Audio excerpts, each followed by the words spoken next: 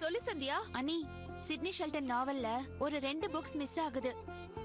அததான் நான் உன்கிட்ட சொல்லிட்டு வந்தேன். கொஞ்சம் புக்ஸ் தான் கொண்டு வந்தேன்னு. இல்ல அனி, அந்த 2 நாவல தான் நான் படிக்காம வச்சிருந்தேன். கரெக்டா அது மட்டும் தான் மிஸ் ஆகுது. மத்த புக்ஸ் எல்லாம் நீ படிச்சிட்டு இரு சந்தியா. அந்த 2 புக்கும் தேடி நான் உனக்கு அனுப்பி வைக்கிறேன். ஓகே அண்ணி. சரி, நீ உடம்ப பத்திரமா பாத்துக்கோ. சரியா? நான் வச்சிடுறேன். சரி அண்ணி.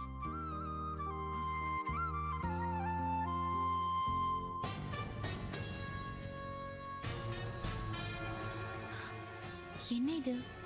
நம்ம புக்குக்குள்ள லெட்டர் இருக்கு.